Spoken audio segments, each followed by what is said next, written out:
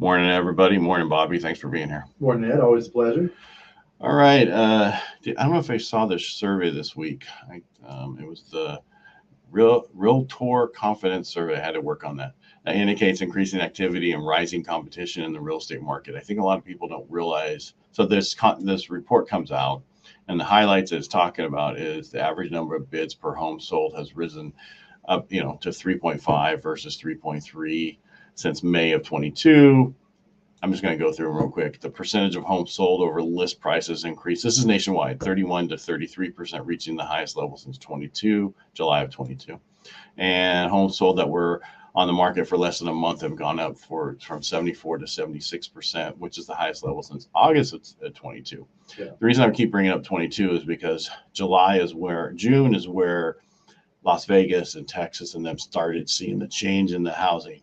Right, where they're not selling as many new homes, and because the rates went up, we didn't see that really slow down until October for us here in California. Also, the median days on the market remains flat at 18. So since May of 22. So basically, I talked to somebody else and they said it's about 17 days for us for the median days on the market. So all I'm getting at is value according to you guys. The average, everything, you got the confidence and everything you're seeing is the market is changing stronger and stronger. It's pretty much what we've been saying anyway, but I just wanted to show that survey that came out. Yeah, and actually I did a market update on Friday. And so we have 1.3 months of inventory, and that's I pulled it for Stanislaus and San Joaquin County, right? Because I don't want to drive probably more than 45 minutes unless I need to, right? Mm-hmm. But I looked at the whole state and it's the same. So pretty much the whole state of California only has 1.3 months. So we're still in that crazy low inventory market. But what I've seen is buyer confidence come back. All these people that had the initial shock when the rates started creeping up have watched the market, have hopefully listened to what we're saying and said, things aren't changing. This is just the new normal. I hate to use that term. But it is a new norm. Yeah. It's like if things aren't changing rapidly, we're not going to see these big swings like people are hoping for. No, we're not going to drop. We're not going to any of that kind of stuff. This is where we are, and this is where we're going to keep going. And I saw a thing where I think they're really talking Southern California and the Bay that they're getting used to a $7,000 a month payment. Oh. Well, I think about it. 400,000 around here is 3,200. Right around there. So and that includes taxes, insurance, all that stuff. So same thing with down there. You got to remember $1 million home. That taxes are $1,025. Yeah, that's just it. It just over $1 million. It's frustrating for like when I think about it, right? Because like you have to have two incomes unless you're a doctor or lawyer. That's two people working to put off for a home. You got to make about $100,000 now to buy a home, and that's just the $400,000 to $500,000 home. That's not anything major. Yeah, that's not living in the country club, man. No, because I've had a few people keep sending me people. So, see what they can do. They make $25 an hour. One of them. The other person doesn't show any income. They're not going to be able. That's not $25 an hour is not $100,000 a year, or not $80,000 a year. It's that's what you have to look at. Yeah. So unless so it takes two professionals now to do anything. Now, if you have two people at $25 an hour, potentially, right? Because that's $50,000 a year. So, and that's what you're talking about, two incomes. Yeah. And I think the difference now is people look at my rent payment's this, and my mortgage is so much higher. Where before your payment's lower than rent, so it was not a decision that you can make a mistake on. For sure. People don't want to make a mistake these days, and so they're like, so I got to pay, so much more per month for a payment now. Shoot, it's like okay, it's an investment. I understand it's not an easy decision right now. You have to really look into it and make sure that it works for you. And I think that's what people were having the problem over the last 6 months is that statement right there. It's more than my rent. And I don't know what's going on with my job. I don't know if there's going to be any issue. We're in this situation in time where we have inflation and we're supposed to go into a recession. I keep hearing, but we haven't, but we have all these jobs. And I think the problem is it's just one of those uncertain times, which really isn't uncertain, but for all the stuff that keeps getting thrown at you, you could go, okay, what's that, analysis paralysis. You just look at all this stuff and go, okay, it's better to do nothing. Yeah. Because if I do nothing, I don't make a mistake. Well, let me tell you a story about a friend, no names, that dual income family, right? Dinks, right? No kids. Yeah. Yeah, dual income, no kids. I don't know if that's a term these days, but that's basically was the term back a while back. Yeah, well, you said that, man. I'd never heard that. I was like, oh, that's good. That was a term from like the 90s into the 2000s. Yeah. Okay. Yeah. But they bought at the peak. They bought in 06, right? And so they were upside down for many years. They honored their mortgage. They stayed in the home, and they sold and just broke even, right? Mhm. So then they went and rented because they moved out of town, and they rented for a long time because they're like, man, we're really nervous about making an unwise purchase again, right? And these are both very intelligent people, Right? But they got but yeah, and a lot. But they overanalyze, Mhm. and you know what they did? They just bought. I mean, I've been telling them to buy for like the last 4 years. They just bought last month. So they're kind of at the peak of things again, right? With higher rates. So don't overanalyze stuff. Just jump in feet first.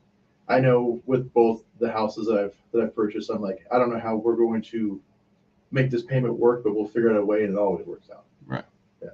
Well, but are you moving up now? Well, not right now, man. Well, and it's again, you have to look at your income. Yeah. Right. That's the thing. My wife stays at home with the kids. So. Right, and it's and you don't want to put that burden of pressure on you to where you can't spend the time with your family as they're young right now, right? Oh, for sure. And that's why a lot of people wait until the kids are gone and then go get a huge house because they've saving all this money from paying for the kids, and then they get this big house and they have these big payments. And we almost did that. That's what we're going to build our forever home, and then we start thinking about it. It's like, let's not do that. Let's just do some work here, and then let's split that up and put houses on it and sell it. Let's do that. That's a good idea, man. Yeah, well, we will eventually. Yeah. It's not like it's going away anytime soon. Well, so I know you have 30-something acres, right? Mm-hmm. So we use 1 acre parcels or what? No, it has to be 5 acres. Oh, okay. Minimum 5 acres. Gotcha. So that's only 6, but still you can put 2 houses on each one. True. The main house and then the second home, which everybody wants anyway to rent and make money, so it's easier for them to afford. Yeah. So, I can say, are they threatening any regulations against Airbnbs and stuff like that up there? No, I wouldn't really what I was thinking about doing originally is just the bottom part, turn it a little campground, a little bunch of little homes, Airbnb, because it's by a little stream and everything, Gotcha. And not a fishing stream, but just like a stream. Mm-hmm. And it would be a nice little getaway while you go do other things and come back to it. But it's, again, unless you live there, you'd have to oversee the whole thing. You follow me? Yeah. So I don't know. We'll figure it out. I got time. Because that's what opened up a lot of inventory in Tahoe in that area, was because they were no longer allowing Airbnb, so all these investors were, listing their properties. Right, but which is good because you get homeowners in there. Right, and that's what you want anyway. Yeah. I mean, that's the difference in Texas, in Austin. There were so many Airbnbs people had bought, which were doing well. Then 5 years later, when those houses had doubled in value, and then the taxes doubled on each one of them, they're like, this doesn't make sense anymore. It's killing me. And they sold it. That's why a lot of them were on the market recently in the last year. Because of that, people don't realize you got to look at all the numbers to make sure it makes sense. And again, it depends on you where you live, and you have to look at everything. But so now here's something that I have 2 family members that are doing this personally. So I imagine there's a lot of people in the same scenario, right?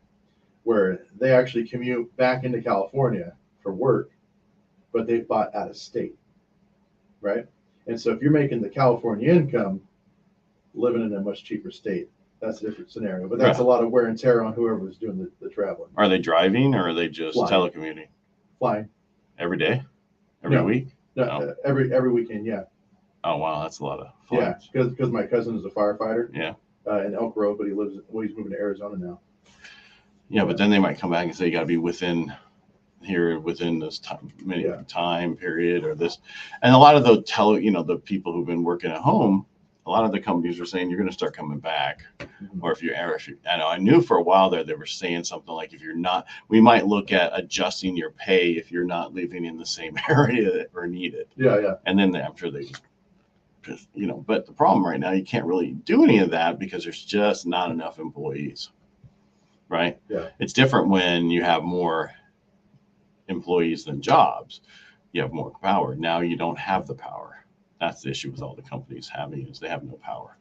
Yeah, which actually long term is scary for the employment, market, right? Because when you put pressure on these employers and they have to come up with solutions, then they do like McDonald's and start automating everything. Yeah, and the drive-through is automated to AI, and eventually, it'll be to a point where there's only so many people talking to people. Yeah. Right, that you really need to talk to, that people really want to talk to. But there could be a whole, at that point, what part of the jobs do you need a human for, and what part of the jobs do you not need a human for? And I think that's what they're going to look at. I can do that so much faster. Like, there was a company who laid off 90% of their employees because the AI could get it done in 3 minutes what took a normal person 3 hours. Gotcha. But does your company need to exist if AI could do 90% of the jobs? Yeah. Or wait till AI changes its mind and wants the other kind of compensation, right? Yeah. What's that? Once it becomes sentient, and then all of a sudden you need an HR department for your AI. Yeah. You talk back to me. Yeah. I don't know. It's just a unique world, and thank God I'm not going to be here forever. That's all I got to say. Let's talk about salvation, man. One thing I wanted to talk about today was the videos I've been working on lately, right? Because I know for myself, with a young family, just being busy, there's so much going on here in the Valley that we probably don't know about. So I've been trying to kind of spotlight those areas that, if I'm not aware of it, probably other young families aren't either. And there's a ton of cool stuff to do here in the Valley. And one of the videos I did recently was on the Hagen Museum, and that's in Stockton. That's over by UOP. Mm-hmm. But super cheap. I mean, it's like, what museum is that? The Hagen Museum. Yeah. So they have a little bit of everything. They have a lot of art. Okay. They have some history. It's like 3 levels, right? They have like an old, like a Western town on the bottom level, where you could see like the pharmacy and like the shoe shop, barbershop, everything like that. And then on the second floor, there's an art display that changes out, I think, every 3 months. I think it's every 3 months. And I don't know, it's just really cool, man. It's like a lot of local artists and stuff. So have you done the Columbia yet? Yeah, Columbia. I've been there a couple times. Now, have you videotaped it for people? No. That's what you should do. Every place you go with your kids is where you should videotape and show this is what we're seeing today. Yeah, I need to be in that mindset of like, I need to document this so I can share it with other people, because Columbia is a cool place. I meet people every day that have never been to Yosemite. I'm like, you live in California. I mean, you're an hour and a half away. But people don't want to hike. I guess, man. But it's just and it was crazy to get in there during that, during the pandemic and all that stuff. That it was hard. They shut everything down. So I remember going to our cabin. It was like, you can't go in the forest. What? Forest shut down. Watch me. Come find me in my cabin. Yeah. Well, I heard they were doing like permits, like just to get into Well, to hike, they definitely have to have permits to do certain things there now. Yeah. And that's the limit, the amount of people. Because I remember going up to, because I used to hike there constantly, and you go up the, people are climbing the ladder to the top, and you see people on the side climbing, in the middle climbing too. It's like, that's crazy. Someone's going to fall and kill themselves. Yeah. And we get there, and I'm like, you want to go? No, let's not go up there. Let's just turn around, go back. This is good enough. Yeah, I'm gonna say I don't need to get all the way up to the top and look out everywhere. I can see it from here. Yeah. So but it's a great place. Then we have a lot of stuff around here. People don't realize what we have. And that was a lady I was talking to in my neighborhood knew. She came from Tennessee, as I said before. And I go, it's a great place to go to, Modesto is a great place to go from to everywhere. It's a nice place to live too. I'm just saying, but it's so centrally located. You can go to the Bay Area shortly. You can go to the mountains shortly. But if you live in the Bay, to go to Pinecrest or someplace else, you're talking 3 hours. Yeah, that's a hike. Yeah. Where with us, it's it's 71 miles. It's not that far. But the Bay Area is not that far either, and neither is other stuff. So highlighting stuff especially for young families, for what you're doing. I don't know if that's what it's for, young families, but it's a great idea for families, what to do, where are they at. You should go to the Great Wolf Lodge next. Yeah, like I said, I've been there for 2 seminars and for a work event, but I haven't gone. Just go get a room over the weekend and take your kids. Go play. Well, for a while there, you had to get a room. Oh, you don't have to anymore? No, now you can pay to go in. Oh, okay. Yeah. So I would have kept it as a room. That way they could keep the plate. But they probably would got, okay, we're filled up. We don't have enough people coming. Maybe, yeah. Well, and it was just like a huge, barrier to go in there because it was like $260 a night. You're like, but I'm down the street, Right. So you're paying a ton of money really to go to the water park. Right. Well, we don't have many water parks close. No, maybe whatever happened with Manteca water slides. Why did they get rid of that? They turned it into housing. Is that they just figured that was more equitable? Yeah, they made more money putting all those houses there on the river. Yeah, 'cause I spent my childhood at that place. And I think it was just coming to the point where the age of everything that needed to be fixed and costly, and it was like, hey, we got this great land here. Let's just sell it and make a lot of money and retire and not have to worry about anything. True. A lot of liability with water slides, probably.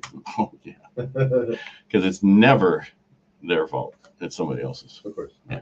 Well, that's how our world is now. It's never my fault. It's yours. Yeah. Just because I did it doesn't mean it's my fault. All right. Anything else before I get down the wrong path again? No, that's it, man. All right. Make it a great day. Thanks for being here. You can find me at Ed Parcaut everywhere. And Bobby Atkins Realtor. His, God, I keep adding an I in today. Realtor. Robert Atkins Realtor.com, or that's where he is on his YouTube channel. And you can find him also everywhere else. Don't worry, man. I hear other agents say realtor. I got it. Realtor. It started Monday. Yeah. But it's like, geez, I've never said it. Now all of a sudden it's sliding in there. Yeah. All right. Make it a great day.